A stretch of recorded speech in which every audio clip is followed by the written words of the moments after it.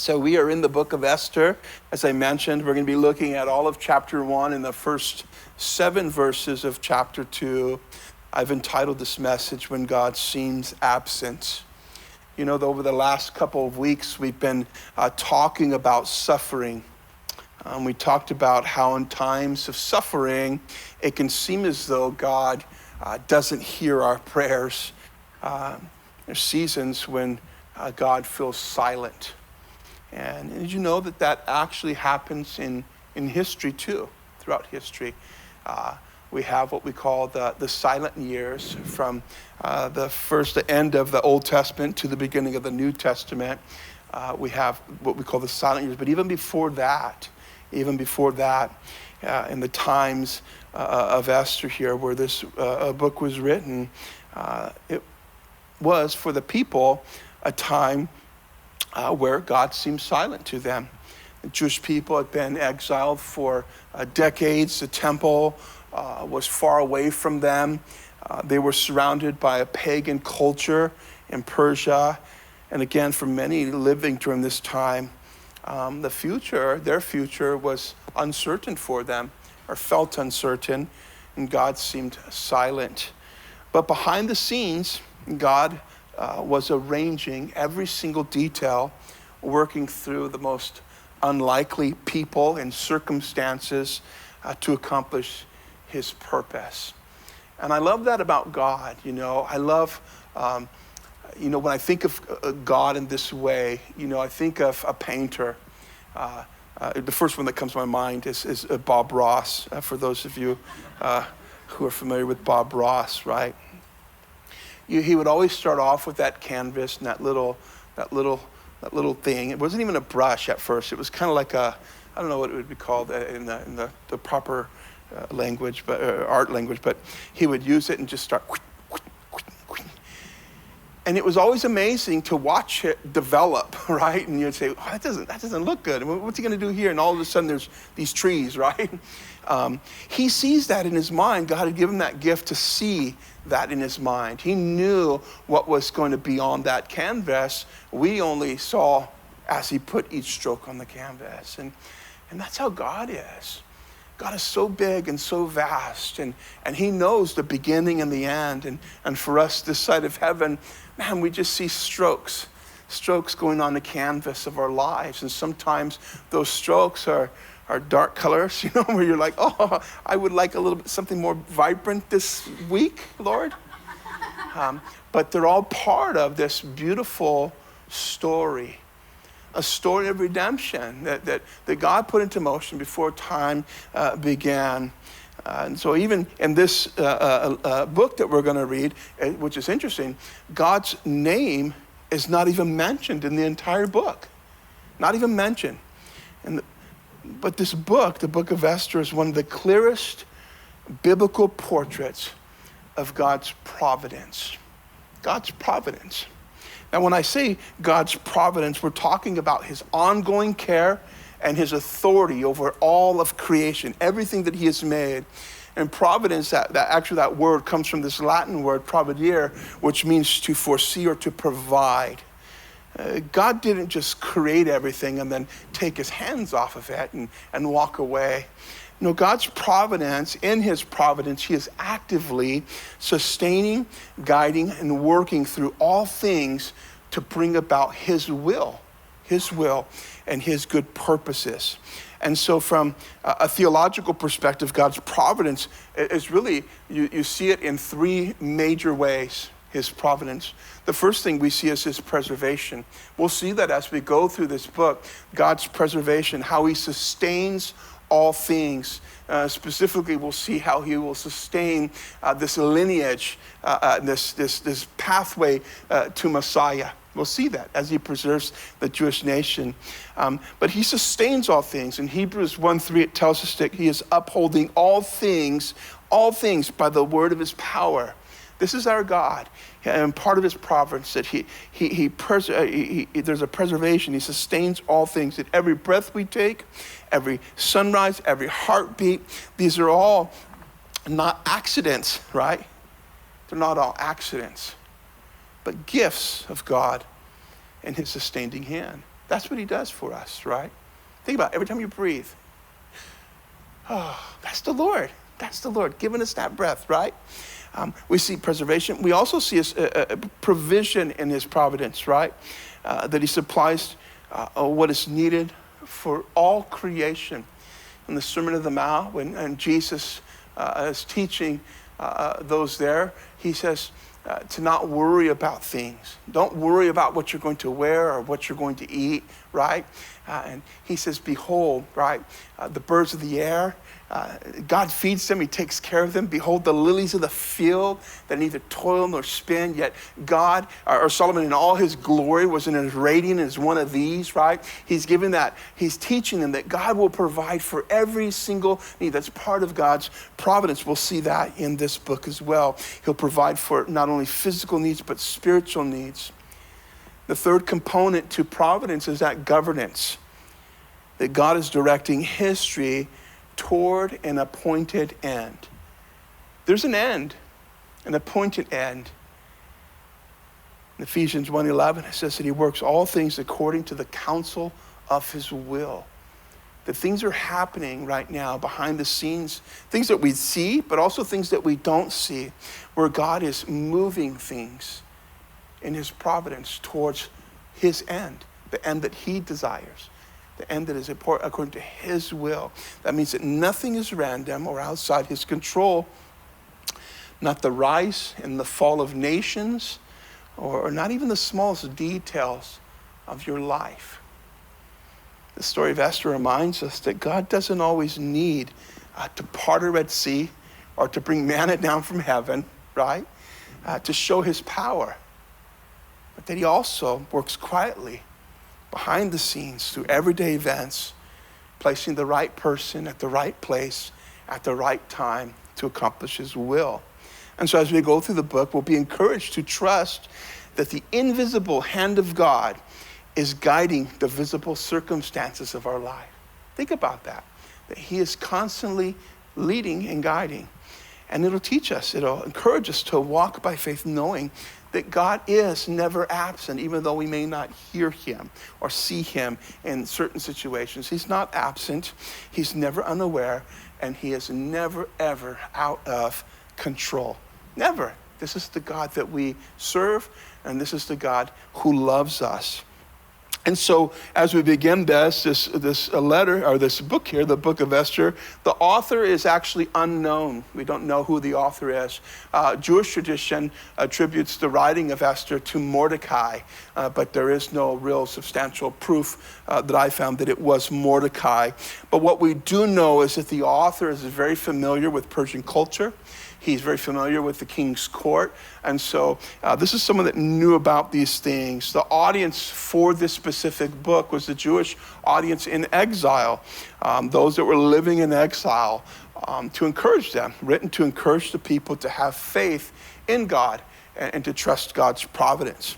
The book was written around 483 to 473 BC during the reign of King Ahasuerus. Now, I'm just giving you a heads up here. We got some names coming up here that are very difficult for me to pronounce. I've been practicing all morning, though, so I'm really excited that we're going to get through it all. But King Ahasuerus was the king of Persia. This is the time frame, and the setting is in the Persian Empire. Esther takes place in the context, what we call the diaspora context. This is when the Jews were dispersed. The nation of Israel had been dispersed, and they were living under foreign rulers. So with this, the events actually, they'll occur too during the Babylonian exile before the Jews returned to Jerusalem. And so this is kind of a background I wanted to lay here to keep in mind as we read the opening verses that really bring us right into the king's court. So if we're watching a movie right now, this would have been that scroll at the beginning of the movie, the slow scroll giving the background. And then the first scene opens up in the palace, in the court, and the king's court here. And the Persian palace itself with what? The splendor of the king, it'll say, the splendor of this king, and it'll set the stage for God to begin his work behind the scenes. So let's read verses 1 through 9. It says, now it came to pass in the days of Ahasuerus, this was the Ahasuerus who reigned over the 127 provinces of India to Ethiopia. In those days when King Ahasuerus sat on the throne of his kingdom, which was in Shushan, the citadel, that in the 3rd year of his reign, he made a feast for all the officials and servants, and the powers of Persia, Media, and the nobles, and the princes of the provinces being before him, when he showed the riches of his glorious kingdom and the splendor of his excellent majesty for many days, 180 days in all. And when these days were completed, the king made a feast lasting 7 days for all the people who were present in Shushan, the citadel, from great to small, in the court of the garden of the king's palace. And there were white and blue linen cloths, white and blue linen curtains, fastened with cords of fine linen and purple on silver rods and marble pillars, and couches were of gold and silver on mosaic pavement of alabaster, turquoise, and white and black marble. And they served drinks in golden vessels, each vessel being different from the other, with royal wine in abundance, according to the generosity of the king. In accordance with the law, the drinking was not compulsory, so the king had ordered all the officials of his household that they should do according to each man's pleasure. And Queen Vashti also made a feast for the women in the royal palace, which belonged to King Ahasuerus.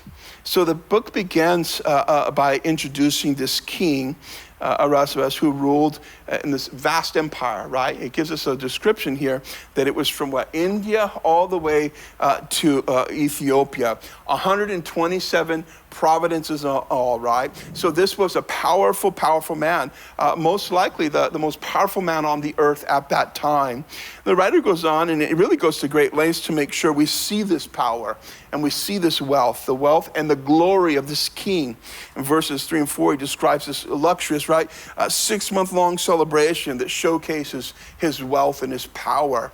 And from a worldly perspective, this guy's untouchable. He's untouchable. He's unstoppable. He's the man. He's the man who's in charge right now of all the world. And the description really of this king displays his human pride, his self-indulgence, and his excess. He wasn't just one who ruled, he was one that flexed, right? He was flexing. He's showing everybody the power that he has. He's flaunting it, right? But as we'll see, we're going to see behind this displayed power and wealth was really an insecure man. It was an insecure man. Look at verses 10 and 11. It says, on the 7th day, when the heart of the king was merry with wine, that's another way for saying he was a little bit tipsy, right? He commanded Mehuman, Bigtha, Harbona, Bigtha, Abagtha, Zethar, and Carcass, 7 eunuchs who served in the presence of the king Ahasuerus, to bring Queen Vashti before the king, wearing her royal crown, in order to show her beauty to the people and the officials, for she was beautiful to behold. So after 6 months, right, of showing off his glory and 7 days of partying, drinking, right, what does he do? He decides to showcase his queen, Vashti, right, to show her beauty to the people and to the officials. This request from the king was really a demeaning thing for her, right, and objectifying. They're treating her, he's really treating her as one of his possessions, is what he's doing, right? And you know what? She's not having it. She's not having it. Look at verse 12. But Queen Vashti refused to come at the king's command brought by his eunuchs. Therefore, the king was furious, and his anger burned within him. Now, this is no small thing for her to do this. This means she was a woman of integrity. She was a woman of integrity, a pagan woman, but had some type of integrity, where she says, I'm not going to allow you to do this to me. But this is a serious thing what's taking place here. She's refusing the king's request, and it humiliates the king in front of all his nobles, right?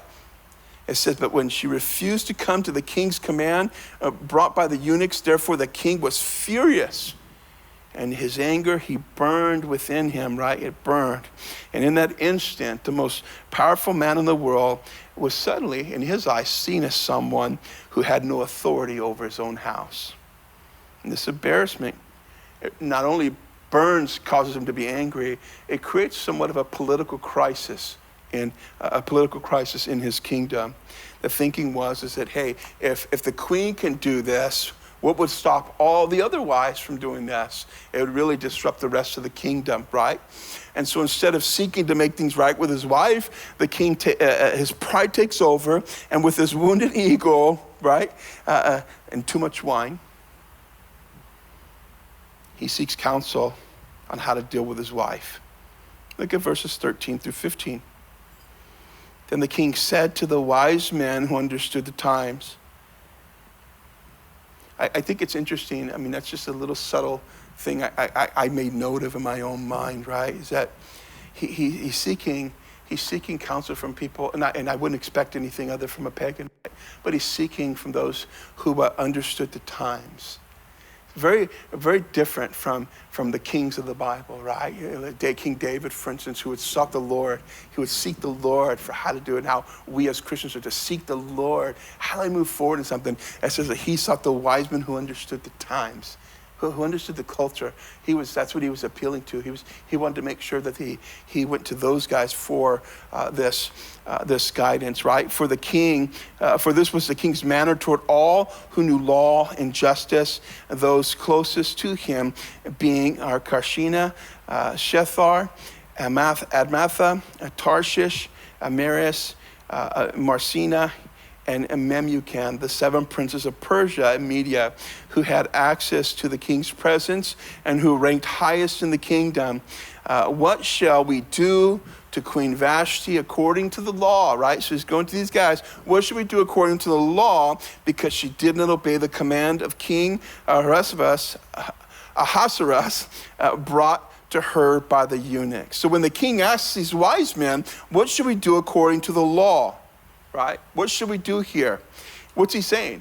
He's saying, well, what's the legal precedent, right? What's the statute that we should apply here according to our laws? How do I deal with this situation? Well, the Persian custom, a king's command was absolute. So for her to disregard that command, she broke the law in their eyes, right? According to their rules, according to their laws. And this disobedience by the queen was considered a serious offense. Serious. Look at verse 16. And Memucan answered before the king and the princess, Queen Vashti has not only wronged the king, but also all the princes and all the people who are in all the provinces of King Ahasuerus. Oh my gosh. For the queen's behavior would become known to all women, so that they will despise their husbands in their eyes. And when they report, King Ahasuerus commanded Queen Vashti to be brought in before him, but she did not come. This very day, the noble ladies of Persia and Media will say to all the king's officials that they have heard of the behavior of the queen. Thus, there will be excessive contempt and wrath. If it pleases the king, let the royal decree go out from him, and let it be recorded in the laws of the Persians and the Medes, so that it will not be altered, that Vashti shall come no more before the king, and let the king give her royal position to another who is better than she. And when the king's decree, which he will make, is proclaimed throughout all his empire, for it is great, all wives will honor their husbands, both great and small. And so this suggestion here is what? A permanent decree that Vashti is to be stripped of her royal position and replaced, I think it's interesting, by someone that is better than she. Better than she. Now, she's not being removed, right, because she wasn't a woman of virtue. It doesn't tell us that, right? But because she wasn't compliant. That's why she's being removed. She wasn't compliant. The king, agreeing with this course of action, displays really another layer of his insecurity and his pride. And he's willing to discard his wife to maintain his appearance. And I believe personally that these guys are blowing it out of proportion. I believe they're blowing this out of proportion. And instead of humility being on display, the king and his officials, they choose pride and control. Pride and control. Those are the virtues of the world. Pride and control and power. Those are the three key virtues of this world. Not the virtues of God, not the virtues of godly leaders. Godly leaders are to emulate Christ, right? The Bible tells us that Paul says in Philippians, right? Let this mind be in you, which was also in Christ, who made himself of no reputation, right? He left his throne of glory, made himself of no reputation. He came to serve and to give. We see that model of biblical leadership, of humility.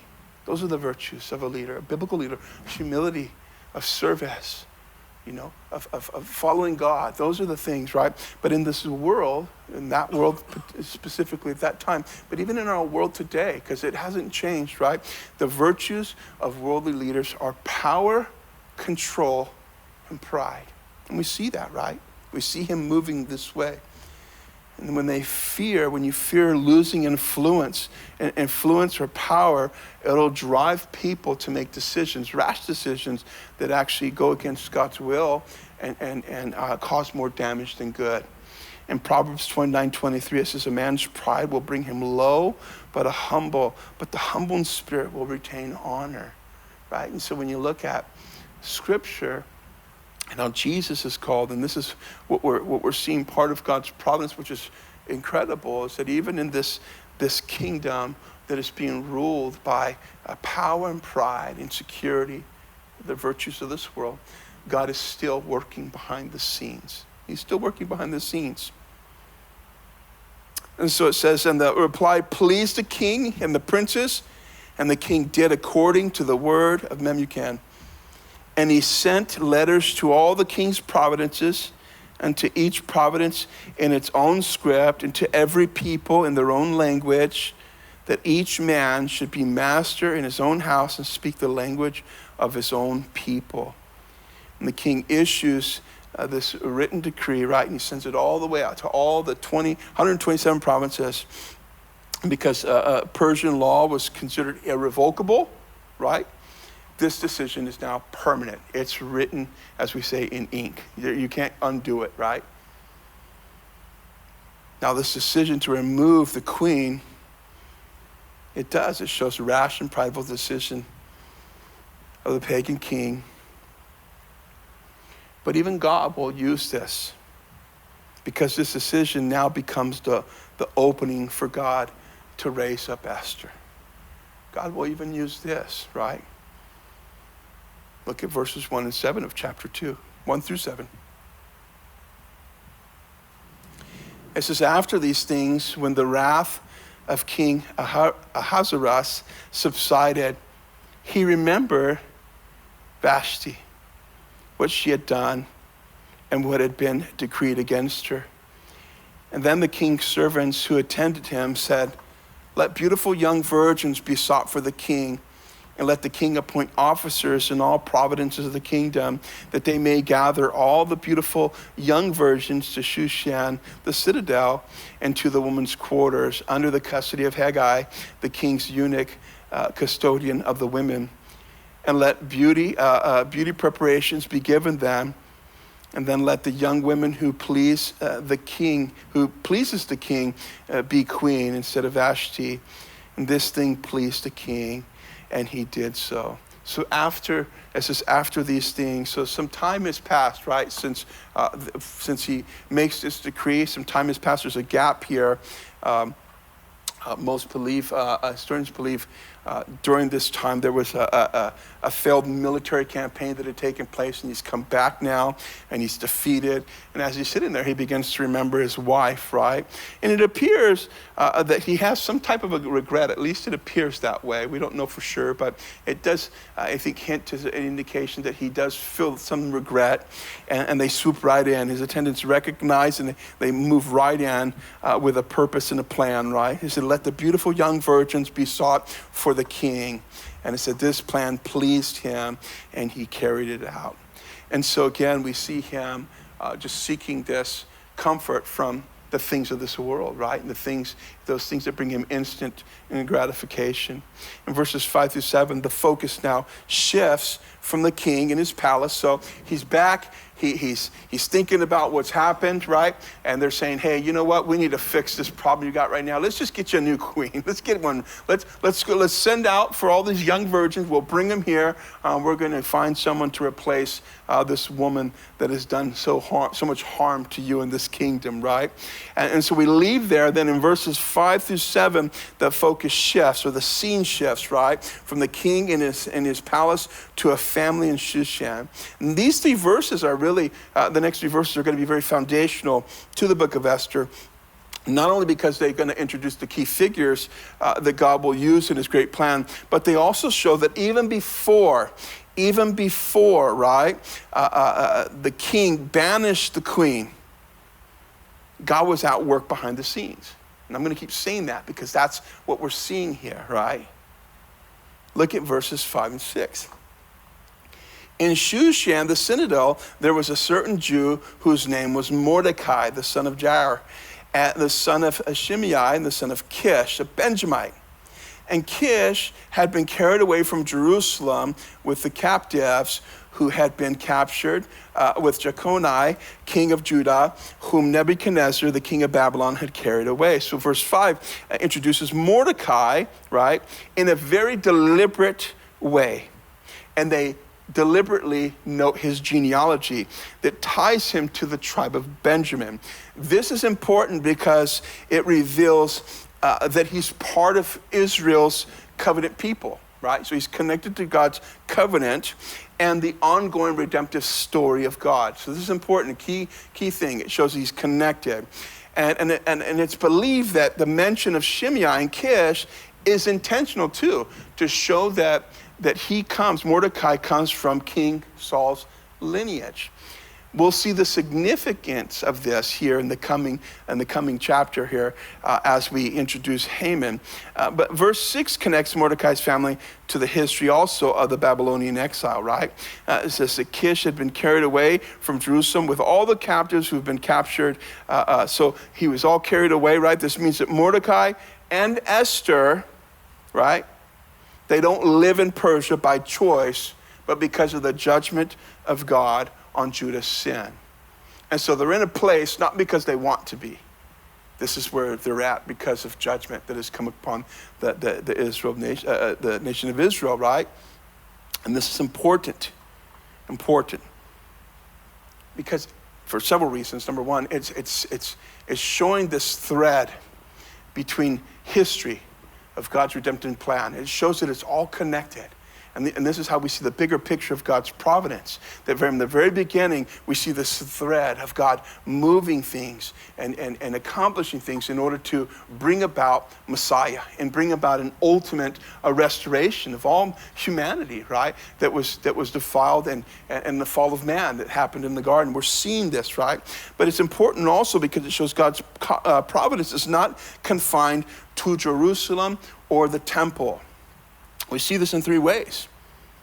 That God's providence and his sovereignty, it transcends locations.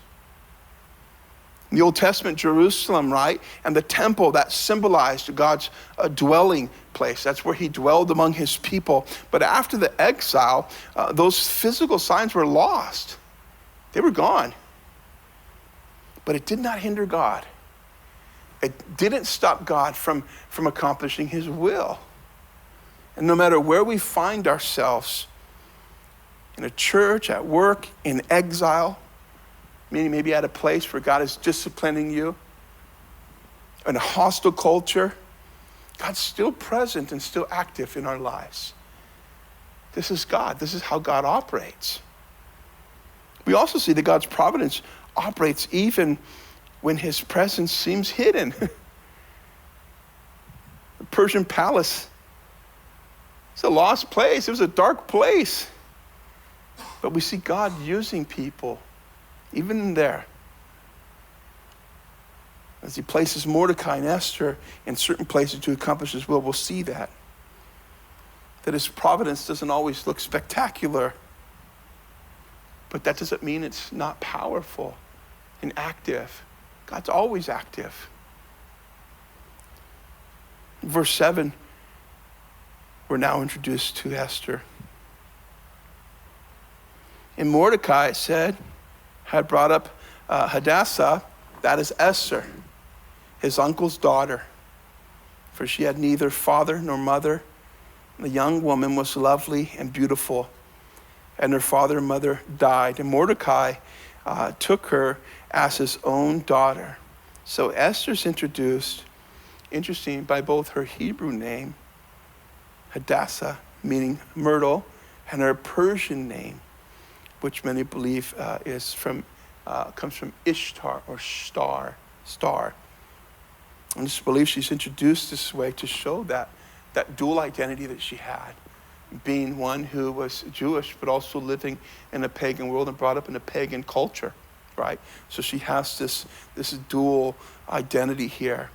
And it says that she's an orphan, right? That her parents had died. She had neither her father nor her mother, right?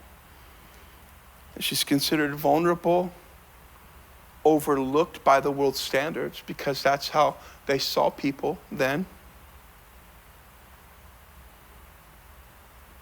And when you read this, when I read this at least, I was reminded of this as we're going through the book of Corinthians, 1 Corinthians on Wednesday, right? That God chooses the foolish things of the world. The things that seem foolish to this world, God chooses those foolish things to put to shame the wise. That God has chosen the weak things of the world to put to shame the things which are mighty. And we see that playing out for us here as he begins to move in this young girl's life. She's described as lovely and beautiful. To the world and the king, she has features that are attractive to the eye. But to God, her beauty was more than just her outward appearance. And we see that inward beauty that God saw in Esther. It was her humility and her courage. She'll have courage and selflessness. She'll be willing to risk her life for other people, for her people. Her outward beauty may have gave her access to the king, but her inward beauty made her usable and pleasing to God. That's what we'll see here. She's a woman whose heart was surrendered to God and to his people. It's important to keep in mind that when the king's decree went out, this decree, the families had no choice but to comply. This wasn't a suggestion that went out when this decree went out. Hey, we're giving you guys an opportunity to give us your daughter. No, it was a decree. So it wasn't optional. And refusal meant punishment as well, or even death. So when I think about this, behind the search for a queen, behind the actions of this king and his leaders, was the ruin of families, the grief that was caused to families as their daughters were taken away from their families. And this really gives us another perspective of Esther's story. That she didn't volunteer to be queen. She was taken like the others. That's what happened. This offering her up was not like, hey, you hit the lotto, you know what I mean? She didn't hit the lottery. She's being offered up because they had no choice. So she didn't volunteer for this. She's a Jewish orphan, already living with the loss of her parents, and now has her life changed in a way that she's never asked for. And from the outside, again, it may seem like she was lucky to be chosen, but from her perspective, I mean, it was likely, for her, I'm being uprooted from my community, from my family, from my future. When we think about it in this way, at least look at it from this perspective, I think it helps us to understand her courage and her faith in God and her love for God and for his people as she rises to influence. And knowing that that rise to influence came at a cost for her. It did come at a cost for her. So when we read this passage, it seems like nothing more at the beginning than just a bunch of drama. At least in my perspective, I look at it, there's nothing but drama going on in this king's palace. They're partying, they think they got it going on, they're insecure, they're just a mess in there, But even here, God's providence is quietly at work. And the removal of Vashti, which is unfortunate, right? And the search for a new queen is God preparing a way. God preparing a way for Esther, and a way to preserve that lineage to Messiah, and a way to save his people.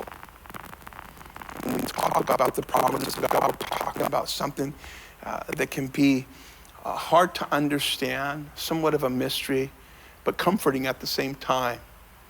When I think of God's providence, I try and wrap my head around it, and I think I might have a firm grasp on it, but really, it's really too vast and too big to understand, at least from my perspective. But what I do know is that it's comforting. The Book of Esther shows that even when God seems hidden in things, he's moving. He's moving. That even when his name is not spoken, his plan is unfolding in your life, in my life.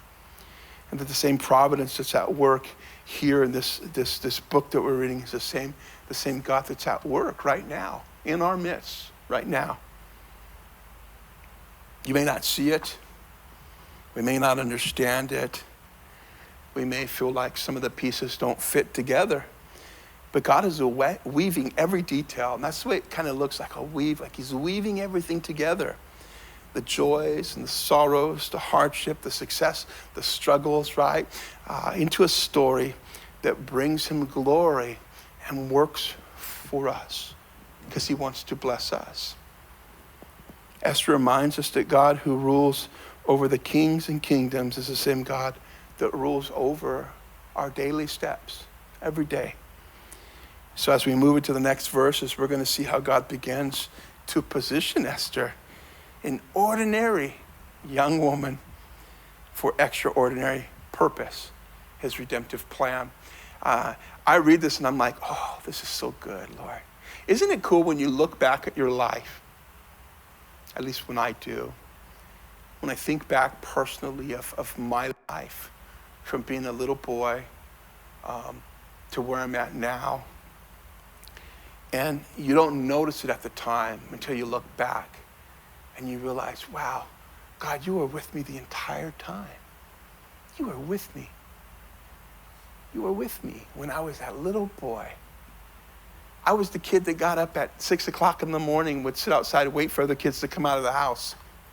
I remember mornings sitting there by myself. We lived in an apartment complex by the playground, just waiting for any sign of life. That's how I was. And I would just sit there by myself, sometimes it seemed like for hours, waiting for the first kid to show. I didn't care who it was. And it was on. We were going to play the rest of the day. But even then, when I was that little boy, sitting there at the playground, God's eyes were upon me. I think about those things. The first time one of our neighbors invited me to the church, to go to church with her, it was the Lord who was orchestrating that because he had a plan for my life. He had a plan for me. He wanted me to walk with him one day.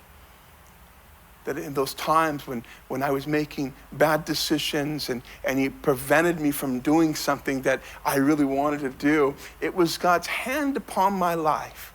And as I think through those situations in my life, as I look back, and I want to encourage you to think through those things, you'll see God was always with you. And he's with you today. And even though we may not see it today, he's here. He's guiding you. So what do? We say, oh Lord, I trust your providence. I trust you, and I'm going to seek you.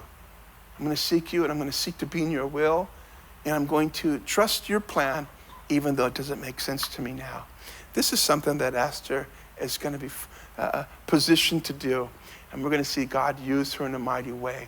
And that's what we get to read here in the coming weeks. And it's going to be a blessing, and I hope and pray that it's an encouragement to you.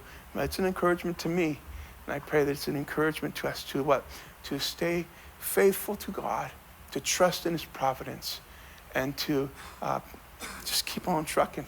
Keep on trucking. That's the phrase that I want you to leave with. Keep on trucking. Keep on trucking.